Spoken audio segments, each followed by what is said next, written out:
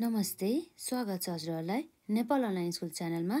आज हामी यस भिडियोमा बिबिएस थर्ड इयरको ट्याक्सेसन एन्ड अडिटिङको अडिटिङ पार्ट चाहिँ हामी यहाँ गर्न जाँदैछौँ। हामीले यस अघिका भिडियोहरूमा हामीले अडिटिङको डेफिनेसनका साथसाथै यसको उद्देश्य र यसका प्रकारहरू हामीले पढिसकेका छौँ र हामी आज यस भिडियोमा internal check and the internal control च्याप्टरसँग रिलेटेड हामीले थ्योरीहरू चाहिँ गर्न जाँदैछौँ।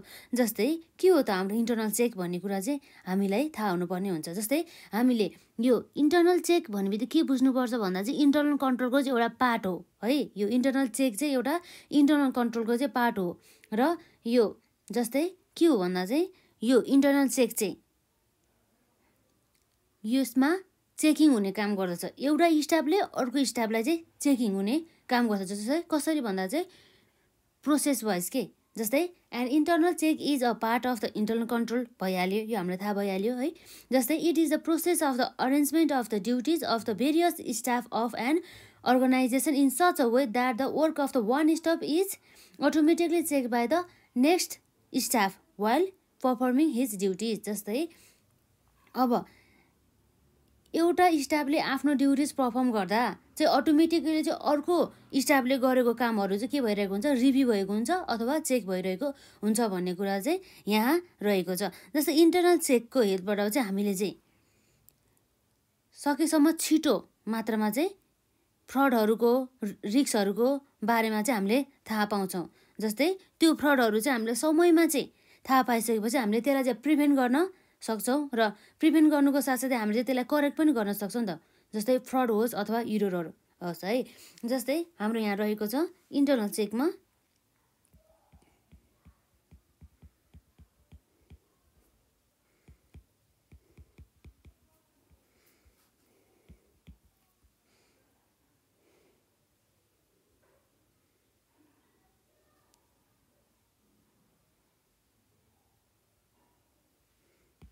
it is the process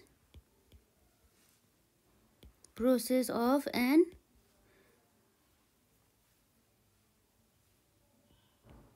arrangement of duties of various staffs of an organization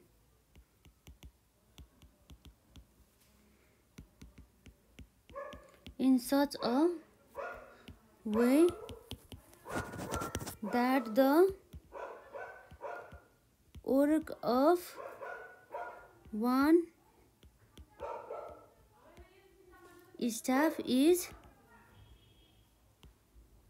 automatically checked by the next staff while performing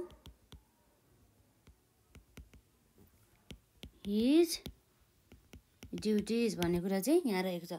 के रहेछ त हाम्रो इन्टर्नल चेक भनेको चाहिँ, यो भनेको एउटा यस्तो अरेन्जमेन्ट गर्ने एउटा प्रोसेस हो जसमा चाहिँ के हुन्छ भन्दा चाहिँ ड्युटिज अफ द स्टाफहरूलाई चाहिँ अफ द अर्गनाइजेसनको चाहिँ यसरी चाहिँ राखिएको हुन्छ, जसले कारणले गर्दा चाहिँ एउटा स्टाफले गरेको काम चाहिँ अर्को स्टाफले चाहिँ अटोमेटिकली चाहिँ चेक्ड हुने काम गर्दछ। यस्तो हुँदाखेरि चाहिँ के हुन्छ भन्दा चाहिँ फ्रड हुने अथवा इरर हुने चान्सेसहरू चाहिँ एकदम कम हुने गर्दछ र हाम्रो फाइनेन्सियल स्टेटमेन्टहरू चाहिँ एकदमै ट्रु एन्ड द फेयर आउने गर्दछ।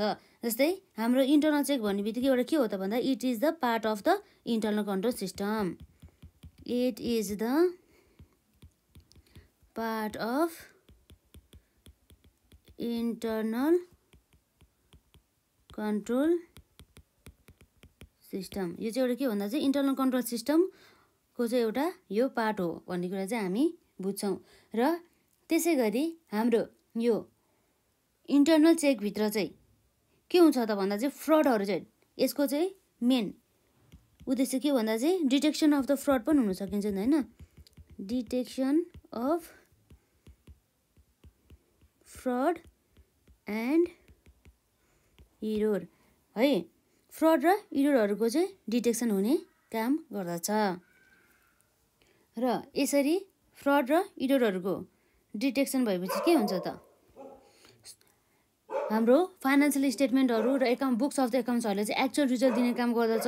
र हाम्रो फाइनेन्सियल स्टेटमेन्टमा चाहिँ कस्तो ओपिनियन आउँछ त अडिटरको यसमा फियर भ्यू आउने गर्दछ। जस्तै हाम्रो यो इन्टरनल चेकलाई चाहिँ हाम्रो एलआर डिक्सेले चाहिँ यसरी डिफाइन गरेको छ है। एउटा हाम्रो राइटर रहेको छ according to LR Dicksee internal check is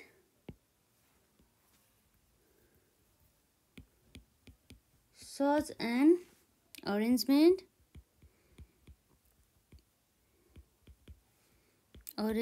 of books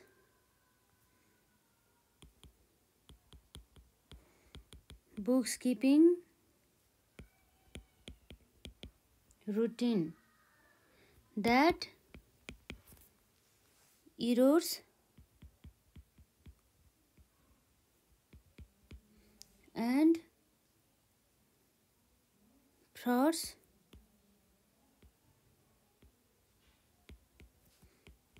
are likely to be prevented or discovered by the very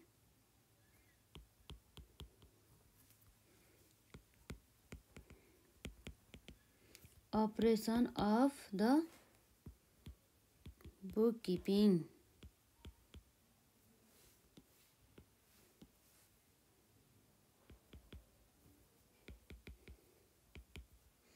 यसरी चाहिँ हामीलाई चाहिँ यो एउटा राइटरले चाहिँ यसरी इन्टरनल चेकलाई चाहिँ डिफाइन गरेको पाइन्छ।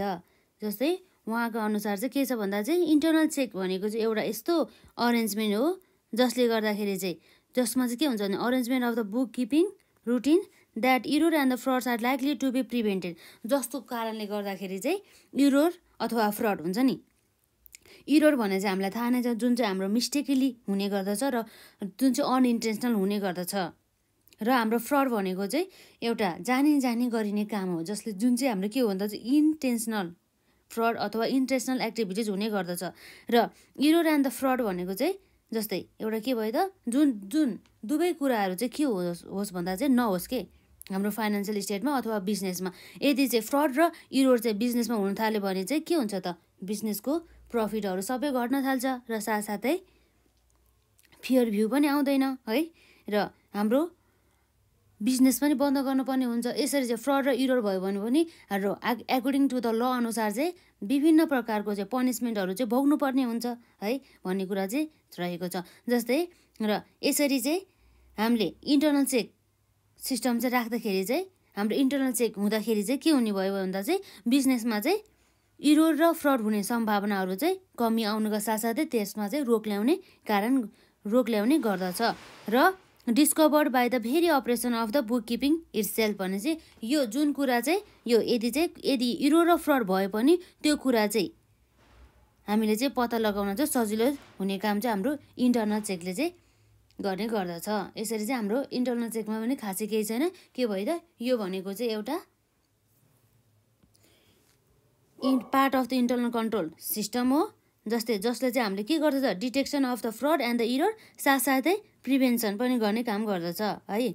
र इन्टरनल चेकमा हाम्रो के छ भन्दा it is the process of an arrangement of duties of various staffs of an organisation in such a way that the work of the one staff is automatically checked by the next staff while performing his duties भने चाहिँ जसमा चाहिँ आफै automatically चाहिँ एउटा स्टाफले गरेको काम अर्को स्टाफले चाहिँ चेक हुने काम गर्दछ हाम्रो यो इन्टरनल चेकमा। र यसरी हाम्रो इन्टरनल चेकलाई चाहिँ एउटा राइटरले चाहिँ यसरी डिफाइन गरेको पाइन्छ। जस्तै हाम्रो के छ त राइटरको अनुसार internal check is such an arrangement of the books keeping routine that error and the fraud are likely to be prevented or discovered by the very operation of the bookkeeping itself भन्ने कुरा चाहिँ यहाँ गरेको पाइन्छ। यसरी internal चेकको हाम्रो definition त पढ्यौँ र यो इन्टर्नल चेकको अब्जेक्टिभ के हो त भन्दाखेरि हामीले अघि नै पढे जस्तै हो कि जस्तै यसले चाहिँ प्रिभेन्सन गर्ने अथवा minimization of the chances of the फ्रडहरू है जसले कारणले गर्दाखेरि चाहिँ भविष्यमा हुनसक्ने अथवा अहिले भइरहेको एउटा फ्रड हुन्छ नि अथवा इरोरहरूलाई चाहिँ यसले चाहिँ रोक्ने काम अथवा कमी ल्याउने काम गर्दछ। साथसाथै हामीसँग भएको स्टकहरूको क्यास ब्यालेन्सहरूको चाहिँ मिसएप्रोप्रिएसन हुनसक्ने हुन्छ नि हो त्यसमा चाहिँ कमी ल्याउने गर्दछ हो त्यस्तै रहेको छ। र अब हामी यहाँ हेर्न जाँदैछ है objectives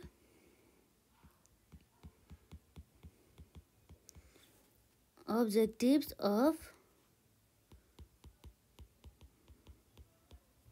इन्टर्नल चेक के हो त इन्टर्नल चेकको अब्जेक्टिभ यहाँ रहेको छ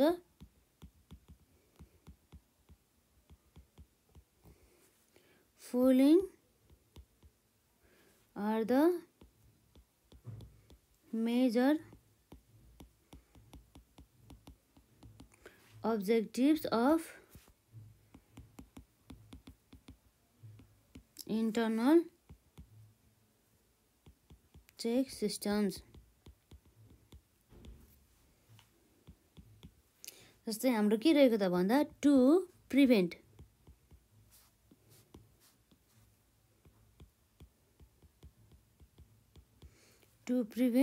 or minimize the chances of fraud, errors or any sort of irregularities है which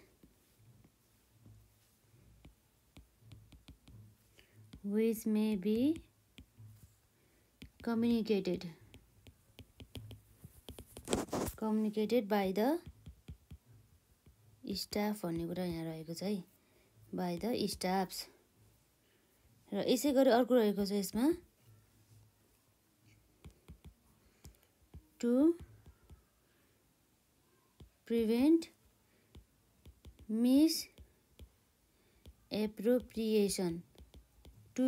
misappropriation of cash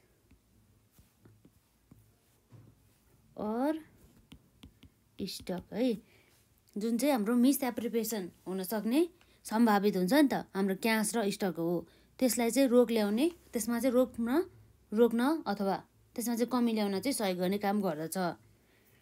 चोरी अथवा हुन्छ नि हराउने लस हुने है त्यो सबै काम चाहिँ हामीले यसले रोक्ने काम गर्दछ। र अर्को रहेको छ यसमा टु इन्स्योर द रिलायबिलिटी यसले के इन्स्योर गर्ने काम गर्छ reliability of information produced by the accounting system।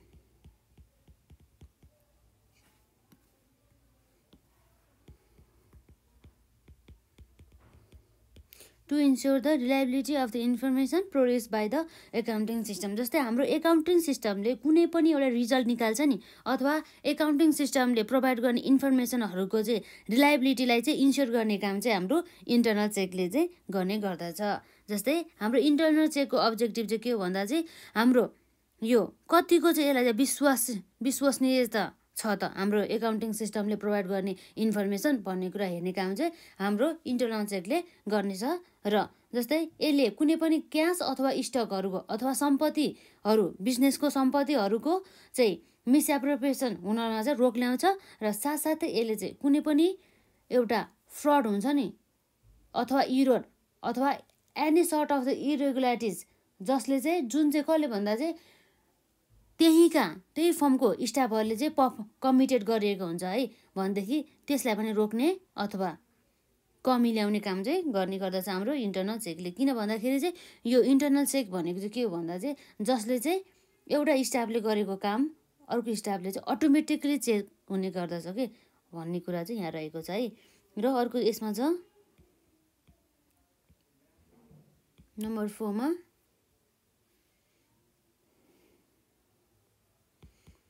to detect errors and frauds promptly. This helps to minimize their effects minimize effects in long term भन्ने कुरा रहेको छ है। जस्तै यसमा के रहेको छ to detect error and the fraud. यसले चाहिँ बिजनेसमा रहेको इरोर अथवा फ्रडहरूलाई चाहिँ सकेसम्म छिटो पत्ता लगाउनको लागि चाहिँ यसले चाहिँ हेल्प गर्नुको साथसाथै यसले यदि त्यो इरोर र फ्रडले गर्दा पर्ने असरहरूलाई चाहिँ यसले चाहिँ मिनिमाइज गर्ने काम गर्दछ। जस्तै यहाँ के रहेको छ to detect error and the fraud promptly this helps to minimize their effect in the long term भन्ने कुरा रहेको छ है। र अर्को हाम्रो 5 मा रहेको छ यसमा to exercise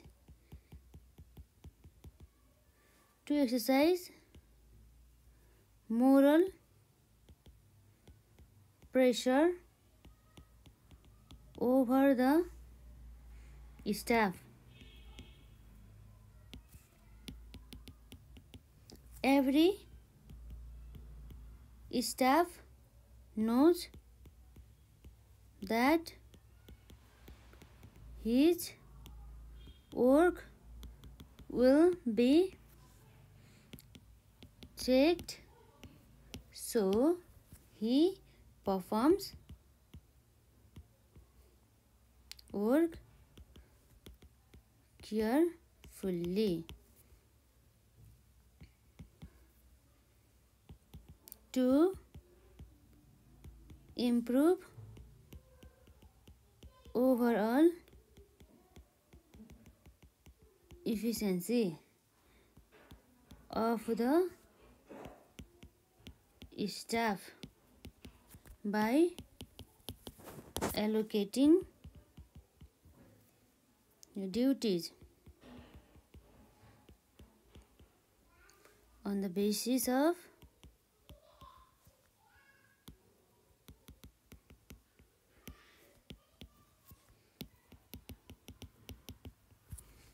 division of work.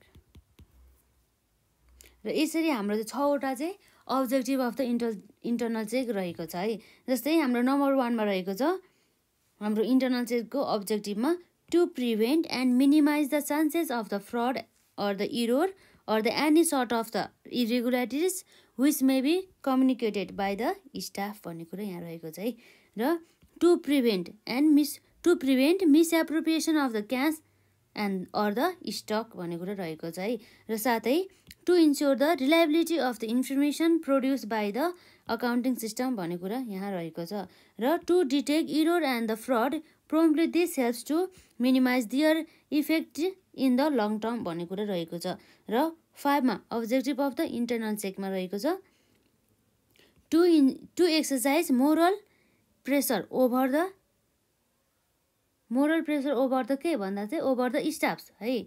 र staff knows that this work will be checked, so he perform the work carefully भने चाहिँ कुनै पनि स्टाफलाई चाहिँ थाहा हुन्छ कि अब उसले गरेको काम चाहिँ उसभन्दा हायर लेभलको मान्छेले चाहिँ अब चेक गर्छ भनेदेखि उसले चाहिँ राम्रोसँग चाहिँ पर्फर्म गर्ने काम गर्छ नि त है। उसले गरेको गल्ती अथवा उसले गरेको फ्रडहरू चाहिँ डिटेक्ट हुने चाहिँ सम्भावनाको कारणले गर्दा यसरी डिटेक्ट हुँदा चाहिँ उसलाई चाहिँ पनिसमेन्ट हुने हुन्छ। जस्तै हाम्रो पनिसमेन्ट जे पनि हुनसक्छ नि होइन। उसले अब जबबाट निकाला गर्ने उसले फाइन दिनुपर्ने उसले कम्पेन्सेसन दिनुपर्ने जे पनि हुनसक्छ है। त्यस्तो कुराहरूलाई चाहिँ कमी रोक्नको लागि चाहिँ हाम्रो यो इन्टरनल चेकले चाहिँ एकदम हेल्प हुने गर्दछ।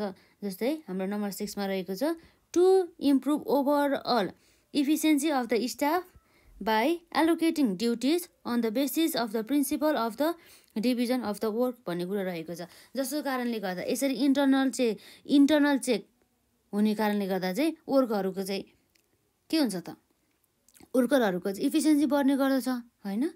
जस्तै उनीहरूलाई चाहिँ उनीहरूको ड्युटिजहरू अथवा उनीहरूले गर्नुपर्ने रेस्पोन्सिबिलिटिजहरू सबै चाहिँ उनीहरूलाई चाहिँ डिभिजन अथवा प्रोभाइड गरिएको हुन्छ है। जस्तै अब यसरी हामीले इन्टरनल चेक सिस्टमको डेफिनेसन साथै हामीले यसको अब्जेक्टिभ पनि पढ्यो। जस्तै हाम्रो यो इन्टरनल चेक सिस्टमको कारणले गर्दा चाहिँ अडिटरहरूलाई चाहिँ एकदमै हेल्प हुने काम गर्दछ। जस्तै यो जुन इन्टरनल चेकले चाहिँ अडिटरहरूलाई चाहिँ अडिट गर्नको लागि हेल्प गर्ने गर्दछ।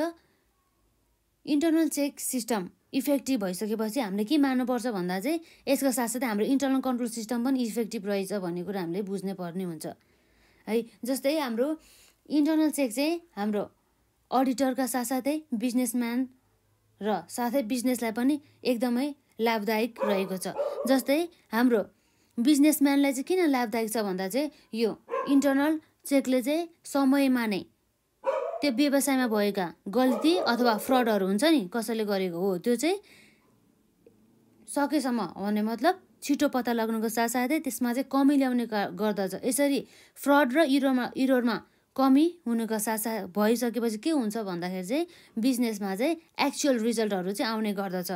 बुक्स अफ द एकाउन्ट्सहरूको चाहिँ रिलायबिलिटी र एकुरेसी चाहिँ बढ्ने गर्दछ। यसरी रिलायबिलिटी र एकुरेसीहरू बुक्स अफ द एकाउन्ट्सको चाहिँ रिलायबिलिटी र एकुरेसीहरू बढी हुने कारणले गर्दाखेरि चाहिँ यसको फाइनेन्सियल स्टेटमेन्ट चाहिँ एकदमै true and the fair view आउने गर्दछ है। यसरी चाहिँ हाम्रो यो इन्टरनल चेकको सानो कन्सेप्ट यहीँ रहेको छ र हामीले यससँग रिलेटेड अन्य कन्सेप्टहरू पनि हामी पछि पढ्छौँ र आजलाई यति नै।